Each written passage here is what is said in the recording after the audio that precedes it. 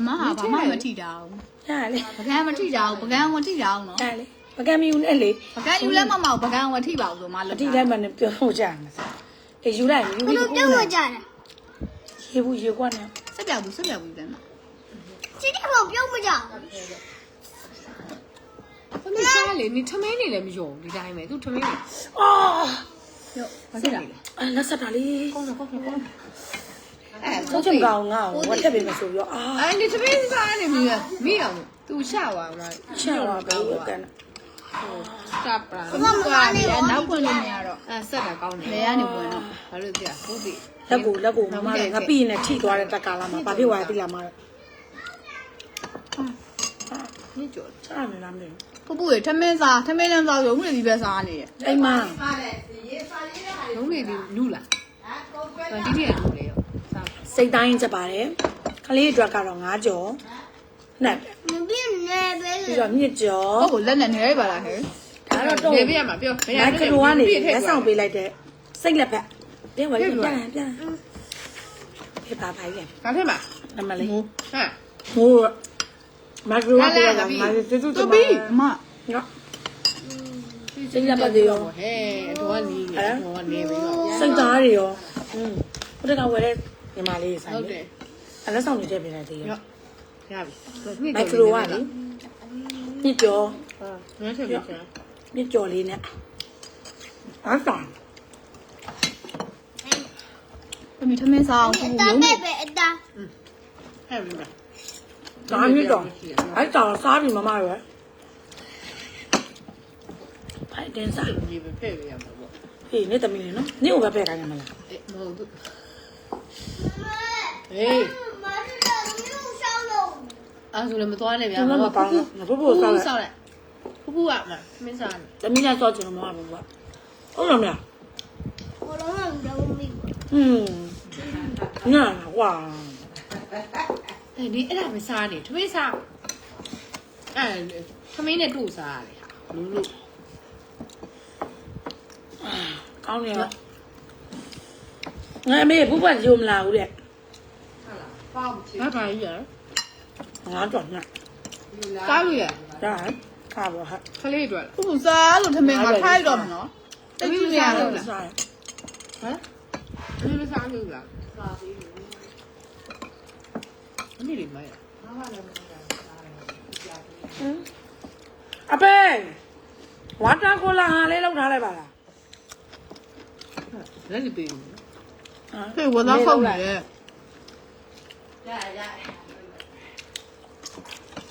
နင်းတော့ဖုံးနော်ပူပူလူ အေးဘုဘလူရေ ရော်နေရမယ်ဟဲ့ဟုတ်လား ညလည်းပျောက်တော့ ဒီ လည်း နေ့ ပျော ဘာ က် ဖြစ်နေမှမသိဘူး တိတ်မကြမေပြောမညာအလုံးကြီးတော့ မကြီးယူစားရမင်းကြီးဖက်ယူမြုပ် စိတ်သားနဲ့ ကမက ညစ်ကြော်နဲ့အဲ့ဒါကညနေမှတော့ဆိုင်ပါမယ်နော်ဟိုတနေ့ရလို့စားမလားဆိုင်နဲ့မစားလို့ရှာ မလိုက်ဘူး ကျောင်းကဒီမှာတော့ပါမယ်ညနေညောင်းနေအောင်ဒီမှာခန်းစီနေတာတော့ ဟောရစိတ်တိုင်း ဆက်ပါ အမေချက်လား ဟဲ့ အမေတူတန်းကောင်းတယ် လောလာမလို့လက်စမ်းပြ အမေလေးနဲ့ ခါရရတမရှိဒီနေ့ရန်ကောင်း ရုံးမြကြီးကျန်လို့ လူလေးပြူမယ်ပြူမယ်ပြူ 耶 မယ် 耶耶！ ဖွားဖွားရေးတစ်ခွက်ဆောက်လေ 我拿掉。 အမေရေးတစ်ခွက်လေ ရှိတယ်လား ဖြစ်နေတယ်စားလေ အမေအကြီးပဲလုံးကြည့်ပဲ အမေပြီးတော့တမှုခိုင်းတာမဟုတ်ဘူးလွားသေးရဲ့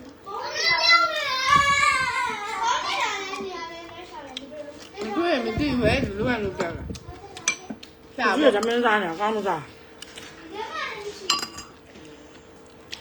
ခုခုစားလို့ထမင်းဟာမေရမ်းစိတ်လို့လာပြီနော် ခွင့်မရဘူးလား မင်းမစိတ်ကဘလို့တို့อ่ะ ဂလုံးဂလုံး စိတ်နဲ့မတူဘလုံးနဲ့တူအမကြီးဒီနေ့စိတ်သားရင်ကောင်းနေရောအမေလည်းရဒီနေ့ကောင်းတယ်သူသမီးလာမှာမို့လက်ဆွမ်းပြတာရှယ်ပဲပြီးတော့မြင့်ကျော်ကလေးအတွက်ငါးကျော်နဲ့那好看， စိတ်တိုင်းမှာ 看一个啥呢？ ဟုတ်ကဲ့ကျွန်တော်တော့ကျွန်တော်ပါနော် ဖြုံမနေနဲ့တော့ဘိုက်စာနေပြီ ကျော် ညညကြမှာမမ ဖူဖူ မေမီလို့အမကြီးက ဖူဖူကြည့်တော့ 哪边来 ဖူဖူကြည့်တော့တမ သူကလှဲလက်ပေးမတွန်းသမီးတို့သူပဲတွန်းတာမကွန်မ 这不叫哪一种？ မနိုင်တော့ဘူးရှိရသူနဲ့လဲနေသူများတွေလည်းဖိနေလျှောက်တာ မြင်လည်းမမြင်အောင် ဖင်လိုက်တာဘိုက်ဆာဆာနဲ့စာမမင်း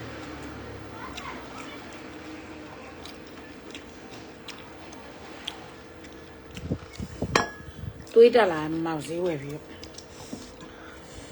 တွေးတက်တာကိုမြစ်ထက်စားလိုက်တယ်အပေါ်ဆုံးမှာပြီးရင်ကောက်ပါမယ်စိမတော့ဒီအဲ့ဒါ အဲ့သမင်းသားလေးရီးပဲတောက်နေကောင်မလေး 啥嘛？我也当到。သူ့မေကောင်းဖာမလေးတွေ့လားမေ 你 ကော 叫 င်း 啥？你叫？ တွေ့နေအဲ့လို 他不也是你呀？ ဟမ်သူကဘိုင်းမကောင်းတာမတွေ့နဲ့ 看， 我လုံးဝမတွေ့ရမကောင်းသေးဘူးဟမ် 嗯，他有点没煮。 သူမမတောင်းပါပဲချင်းလက်ပြူတယ်လေ 我把不了嘛。 အမောင်ချင်း ဟဲ့သူချိန်လေးမှစားတာအိမ်မှာထုံးထုံးစားတယ်သူ့မေကောဟုတ်လားအိမ်စားတယ်စားဘူးလား 我毕业不给吧？你记得？ ဟမ် 啥姐？不高兴，谢谢。 အဲ့ငါကြောင့်လည်းစားလို့ရတယ် 高兴，我们是在看来。俺叫 ဟာသမီးကသားအများကြီးရလား 俺叫那啥嘛？一下面有 ဒီ。ရှာဈေးသမီးတက်ပုံများသမီးကလာဖို့လားငါ ငါ့ကို ငါ့ကိုဝယ် လေဘေးနဲ့လေယူနေတဲ့တိုင်း တန်လည်းနိုင်လို့ဆိုမ ဝ တ ယ် န် ယူ 我那天有个面有地方。 အဲ့အခုမှအဲ့တော့မှချအဲ့မအိတို့မင်းမပွဲမြောက်ကိုအဲ့တော့မှချကျမတို့ယူတော့ကုန်းတော့ကုန်းနေချက်ပြီးတော့ ရိုး ရ ရ တာလေယူကြ အစားတလိုက်ချင်းချင်းမလေးတဲ့မမ လေဘေးနဲ့လေ ခဏကိုပဲကြည့်လိုက်တော့တော့ စောင်းကြီးရပါတဲ့ အဲ့ဒါရှာမတွေ့ဘူးလို့ လက်က 是我，这个我拿拿，我拿拿。 လက်ကအိုင်တင်နဲ့ပေါက်စီတာ သူ့မှာအိုင်တင်နဲ့ အဲသူတို့တောင်းမှလာပေါ့မတိုင်ဘူးတောင်းမှတော့မတိုင် မလေးမစင်းတာလေပေါ်လက်က အဲ့ဒါပေါ့တဲ့အေးမရော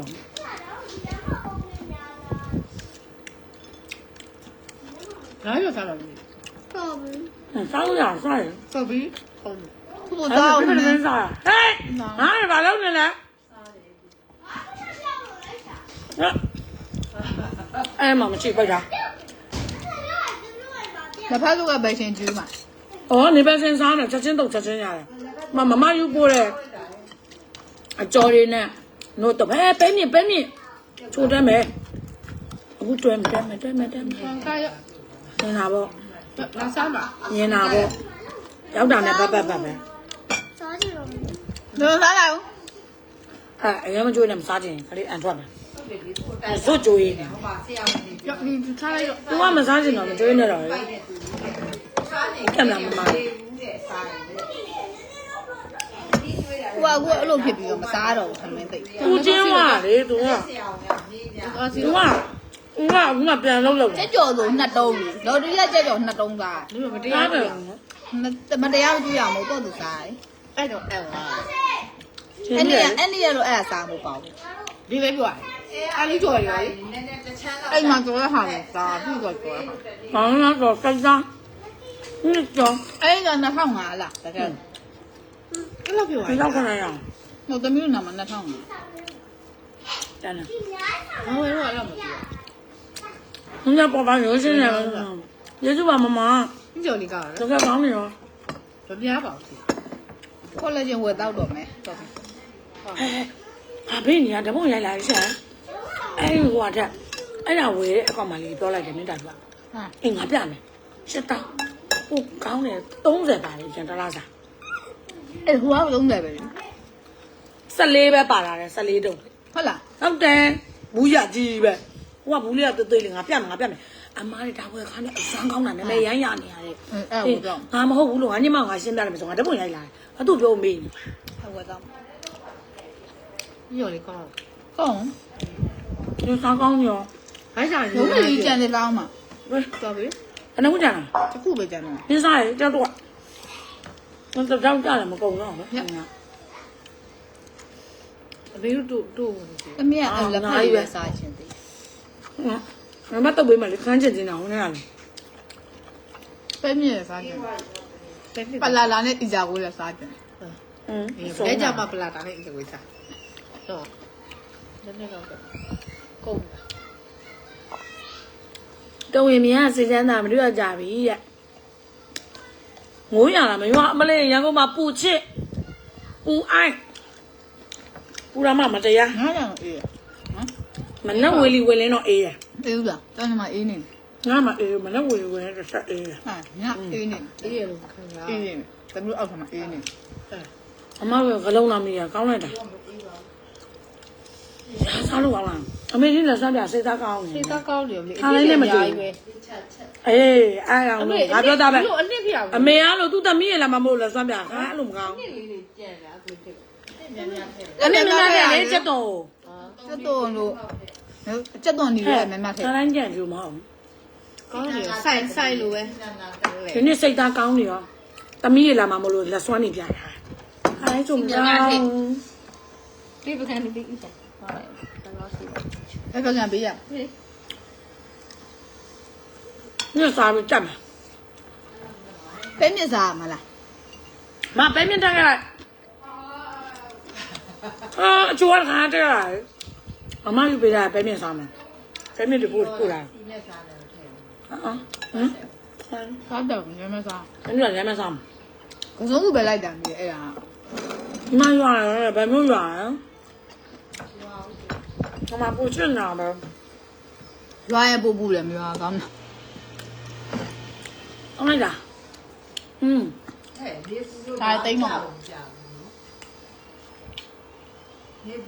ဒီမှာပြီမလားရှိ။အဲ့ဒါလေ အာပြီး ကြာလာပြီ7နှစ်လောက်ရှိနေပြီ အာစနေဒီမှာပြန်လာဝင်လာမယ်ကျဘာခေါ်လာလဲပန်းကားဆိုပန်းကားပြင်ပြီးပါပြီ ။အမြဲစမ်းကောင်းနေတော့မမတုံနဲ့အဆက်လျှော့သားပါဟုတ်ကဲ့။တော်နေတဲ့ဆက်အောင်တော့မစားငါပြည့်ဇွန်လာပါတဲ့မှာ။ကျမယူဆိုင်ပါဟုတ်ကဲ့။ဘိမရမ်းချွတ်နေပြီဒီမှာပူအိုင်းရောမနေကြီးကြည့်လိုက်။အဲ့ရှစ်မှာနေယူကိုကြည့်လိုက်မမတို့ပူချစ်နေရော။တောင်းမိုက်ခရိုမှာဈေးဝယ်ပြန်လာတွေးတွက်ပြီးတော့လိုင်းကကျသွားလို့မတို့ပဲမြင့်စားမယ်။ကချက်မီလည်းမရလက်မဆွေးဘူးလက်မဆေးပဲနဲ့စားမယ်။မမယူပို့ထားပဲမြင့်ဟဲ့ပဲမြင့်ငါတို့မကြိုက်နေကြိုက်ခဲ့ပေါ့။ကြိုက်လှုပ်လိုက်လေ။စီးနေနဲ့တော့လို့ပဲ မလက်ကလေးတော့ဆေးလိုက်တာ မဆေးဘူး။မဆေးပြရစီနဲ့ငါမယွန်တာနေလို့ပါယွန်။ဆောင်းတော့ကြိုင်းမှာပြတ်ပါဒီနာဆေးအောင်လားအမကြီးပူပြီးလည်းပဲစားမယ်ချိမကြီးကျေးဇူးတင်ပါတယ်အပြည့်အကွက်ကြီးသဘောကျတယ်တွေးချင်တာအိုးမလေးဒီကကျွေးတော့အပူပြမှာပါရွတ်ကျင်တော့အပူပေါ့ကောင်းလိုက်တာအမြင့်မပါကောင်းမောက်တော့ မမတို့အထက်မှာလေ ပြေးမပါဘူး အပြင်မပါကိုက်လိုက်လေနုအရင်ထုတ်ရေးမှာဟုတ်အတော်ပဲ ဆိုွား နုရတယ်မဟုတ်ရင်နာတော့ကောင်း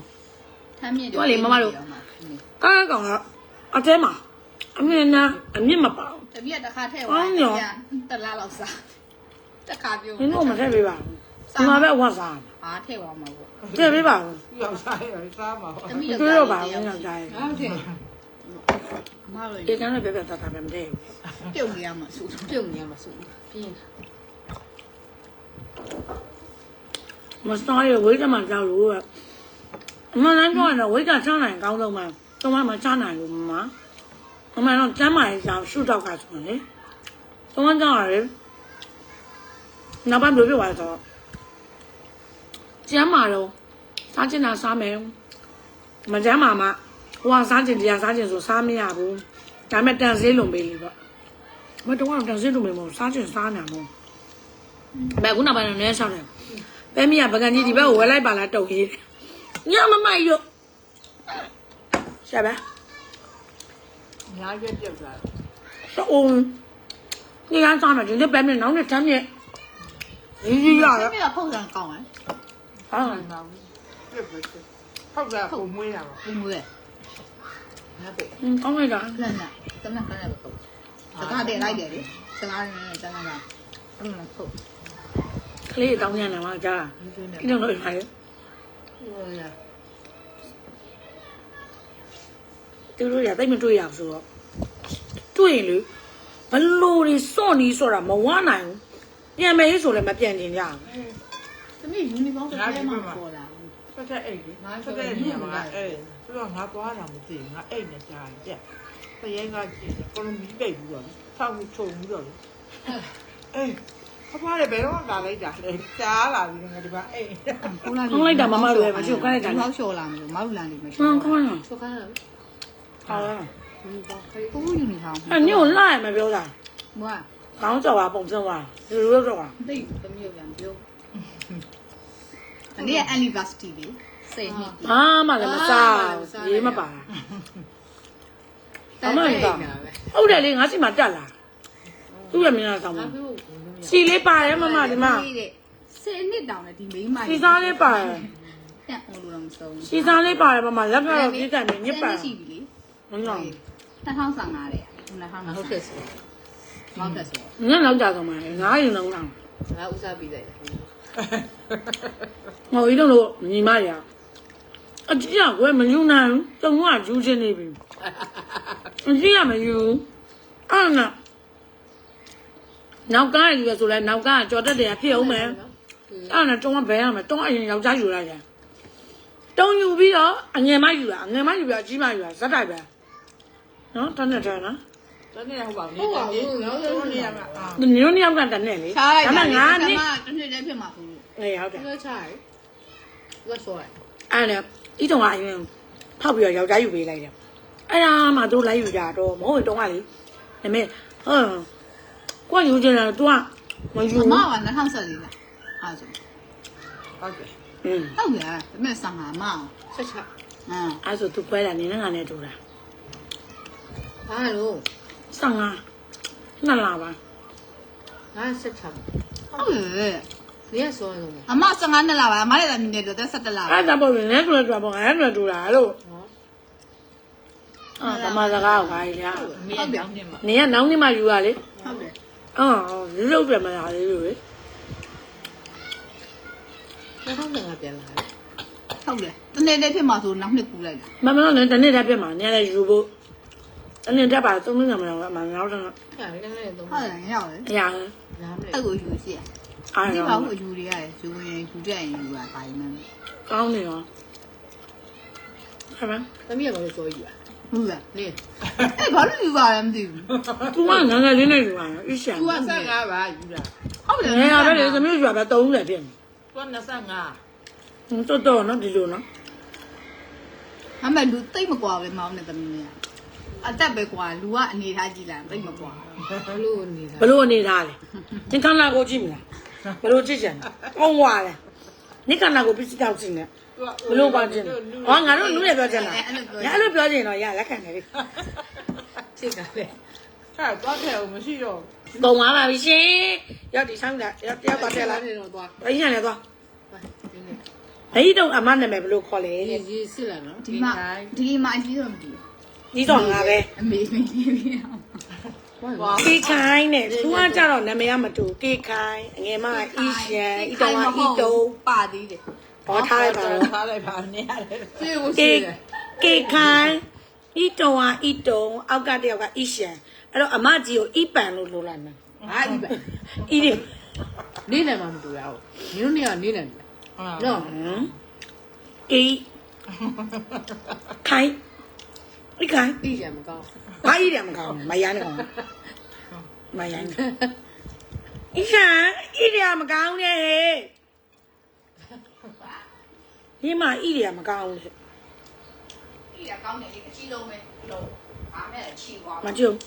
ရှယ်ပဲ ချီသွားမှာ ကဲဒါနောက်တစ်ပကံပါရှင် တလုံးကချင်းမရှိတာမဟုတ်အမလူတွေကိုစိတ်ကုန်လို့ဝေးသွားနေတာတလုံးက တို့ဘာနိုင်ပိုင်းပြောကြ အဲ့ကြောင့်မရှိတော့ဘူးကွာ မရှိတာမဟုတ်လူပြည်တောင်းမနေတာ ငါ့ကြံရဖတ်တော့ ညနေမို့ မမရန်ကောင်းတယ်မကျေးဇူးတင်ပါကျမ နိုင်ထိုးနေ ကဲပဲဘယ်နဲ့ကညီမလေးနော်အီချာကိုမိုင်းပိုးတယ်အီချာကိုရလို့အရန်ကောင်းလားဒီကဂျုံနေနဲ့လည်းမတူ ကောင်းမှပြောပြီး အရန်ကောင်းလားတက်တက်ပြောလို့မရဘူးလားဒါပြန် ပြောရရပြော ပြောမှာညီမလေးတို့ပဲပြုံးနဲ့စားတယ်တဖေးနဲ့သမီးတဖေးကြံလေးရ ဟိုမှာတစ်ခွက် ဒီနေ့ကျန်ချက်ကငါချရင်စိတ်ပဲနဲ့ပလာကန်နဲ့ မာ မိုင်းပဲစိတ်ပဲမလေး သူသူပဲနေရ ညအိတ်တို့ညကြိုက်တာရတာ သူအိမ်မှာလေ ဓမ္မောက်အလူတဲ့ အဲ့ဟော ဖိုက်တယ်အကုန်လုံးလာကြ သူကအား ဓမ္မောက်တော့စမ်းမယ်လေသမင်းတို့ ဦးလေးကောင်းပါ အဲ့ဒါနေဝင်စိတ်မိလား ဟောတော်ရအောင် ကျော်လုံးမယ်လို့ငကိုကြီးကရေတူတာကို အဲ့ ကြီး တော့ တော့ အညိုးကမှာ ကားမောင် ရှိရတယ်အဲ့ရွက်ဆို နေတော့ အမေမအား ရမယ်ပြောလေ သူက အဲ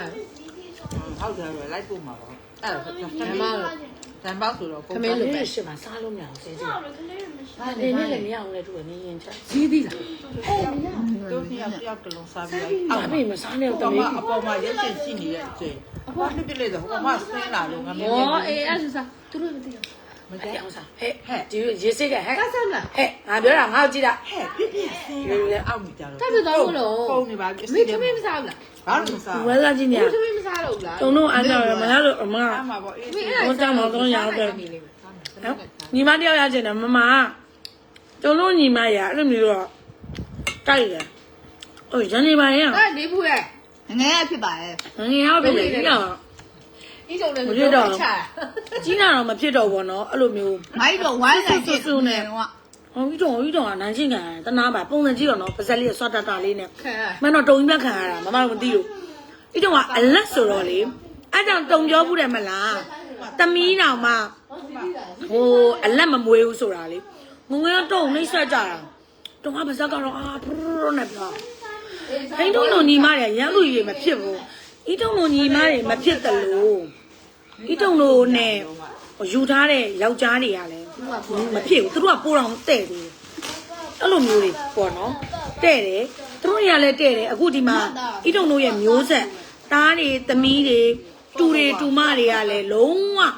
အတက်လုံပြီးတော့သူတို့အတက်လုံပြီးဘလို့ဖြစ်နေဆိုမဟုတ်တာလုံရင်အကုန်လုံးကလေညီပြီးတော့အဲ့လိုလောက်ကြကလေးတွေကလည်းအဲ့လိုမျိုးသွားမှာသူတို့ကြီးလာရင်တုံကတော်တော်ထေးရထင်းရမှာခံရမှာ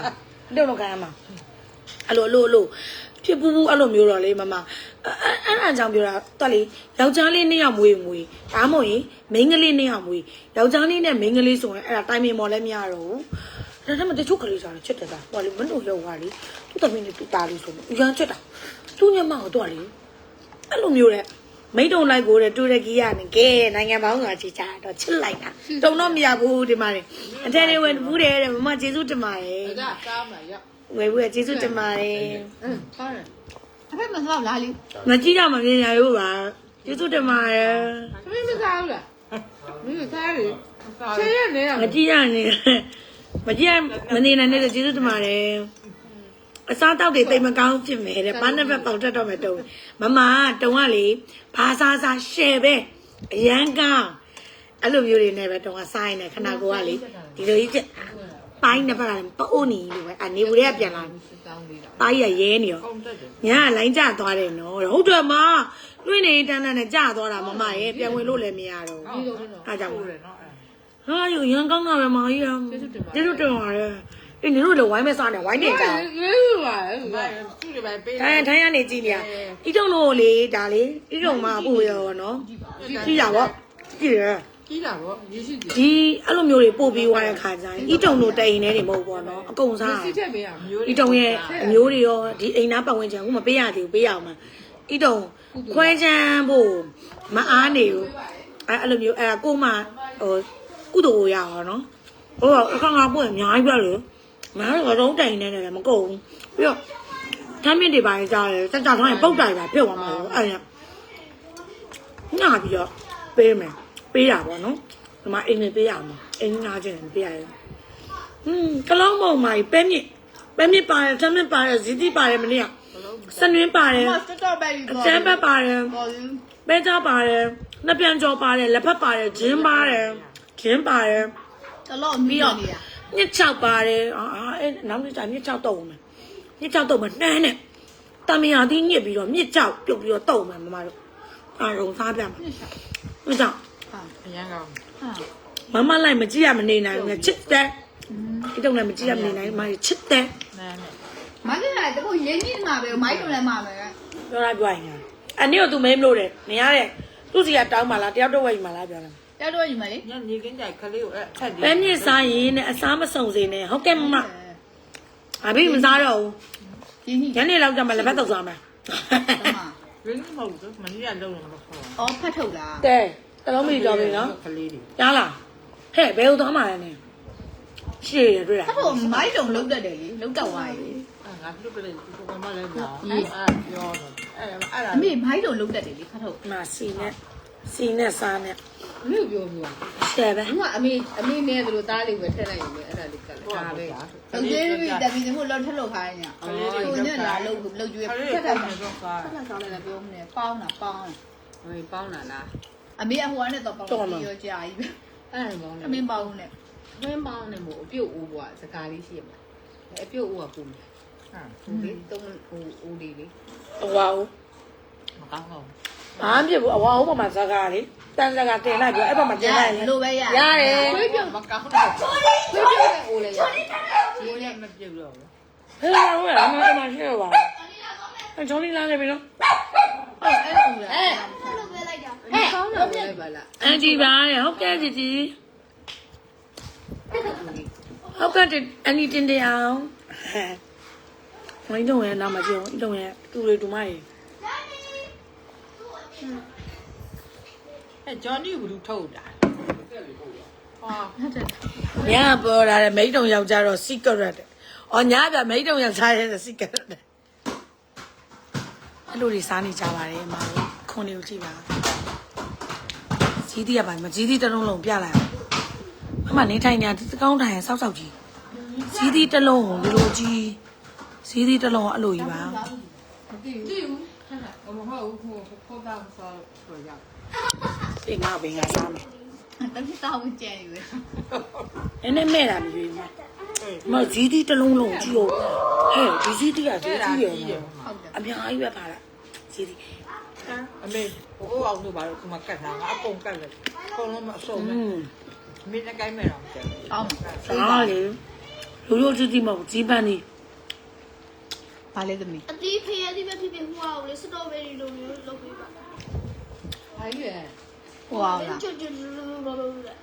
ဒီလိုမျိုး အဲ့ဒါလုံးလုံးချင်းပဲစားလို့ကောင်းမှာ ဘာကြီးလဲ စတော့ပဲယူတကြားဒီလိုလေတမီးလုပ်ဘူးရ အဲ့လုံးလုံးချင်းလုံးတယ် တရားပြုတ် လိတ်ပြီး ကြောင်းထုံးနေ အချောင်းဆုံးပဲတဲ့ဒီပြီးငါမှုပဲမလုပ်ခိုင်းနဲ့မ မ ပြော မ လို့ လူရဲ့ကြီးတီး အဲ့ဒါအရန်ချောင်းဆိုတကြားနဲ့လုပ်တာတကြားကိုလွယ်လေးတကြားကိုဖြော်လိုက်တာတကြားဒီလိုလေး ဒီရမလုပ်ပေးလို့ ပန်းမင်းနဲ့ကြီးကြီးနဲ့တက်လာရင် ဘယ်ဒီနေလဲ ပန်းမင်းနဲ့တက် တဲ့ မတဲ့တာချောကလက် ကြီးကြီးနဲ့တက်နော် ဘယ်မြေချောင်းလဲ မလုံးဝမ ဒီ တဲ့ ဆိုနည်းနည်းဆောက်လိုက်တဲ့စားပါဘာမှမ ရနဲ့မတဲ့ချောကလက် နည်းနည်းစားလိုက်ရ တို့ရခုမှမစားမကြိုက်ဘူးမကြိုက်တာပဲစား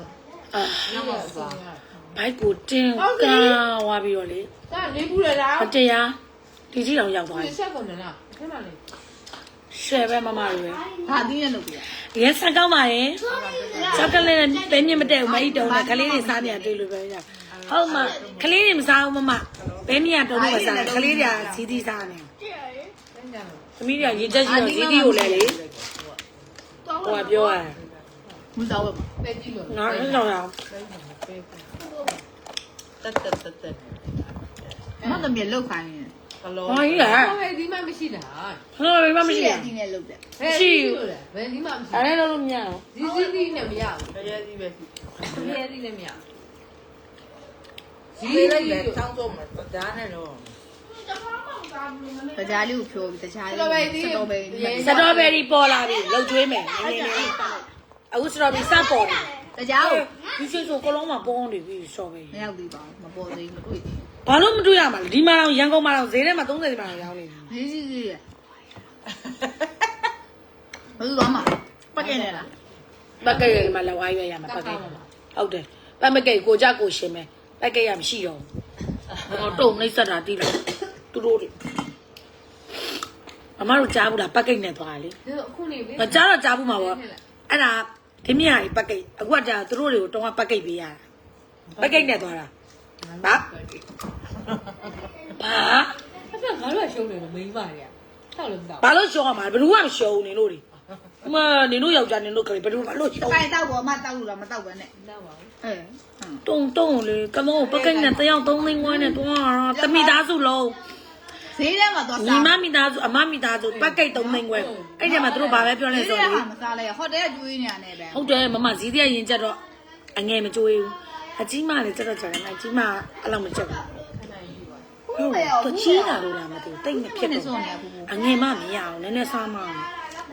အဲ့ဒါငါကိုကောင်းမဆင်းလာတော့ခုလက်တည်းဟာ အဲ့ဟာလေ စားနေတယ် ပက်ကက်ကိုလေဟိုတယ်ဘိုးနဲ့တဲ့ဗာလဲစီဘိုးပဲဟိုဟာပေါ့နော်ဟိုခံပေါ့နော်အဲစားတာတောက်တာနေပဲခံစားတာနေပဲခံကျန်တာမခံနဲ့ဆိုပြီးတော့လေ ဘာစားတယ် ပြီးတော့အမတို့အတောက်တွေအားစားအကုန်ပက်ကက်ထဲမှာအကုန်ထည့်ပေးရ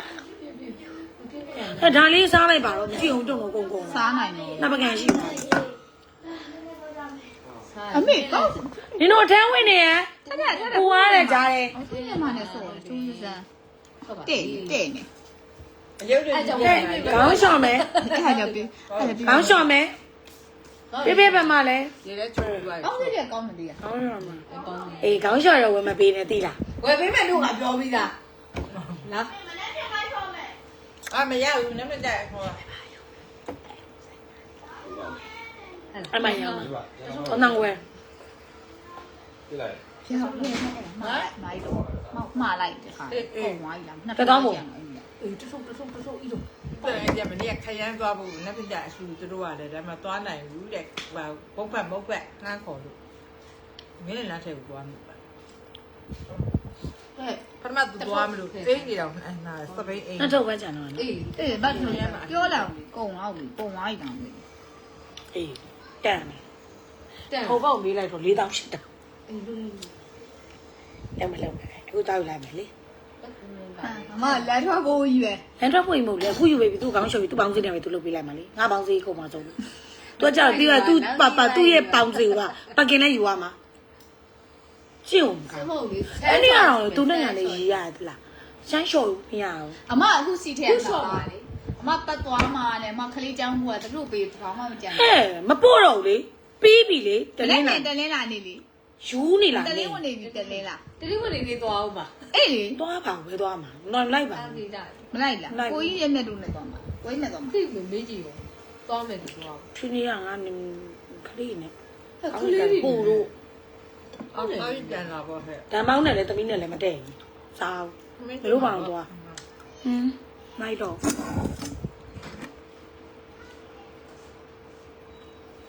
ူးပါ နင်တို့ရဲပြက်လိုက်ဖို့ခါလိုက်လေ ဟုတ်ရတယ်လို့ပါဖြစ်တယ်ပုံလာကြ ဘူးဆက် ကဲလုံးမတမတို့ love you ညနေကျရင်ဘာစားမလဲစားပြန်လိုက်လိမ့်မယ်နော်ဟဲ့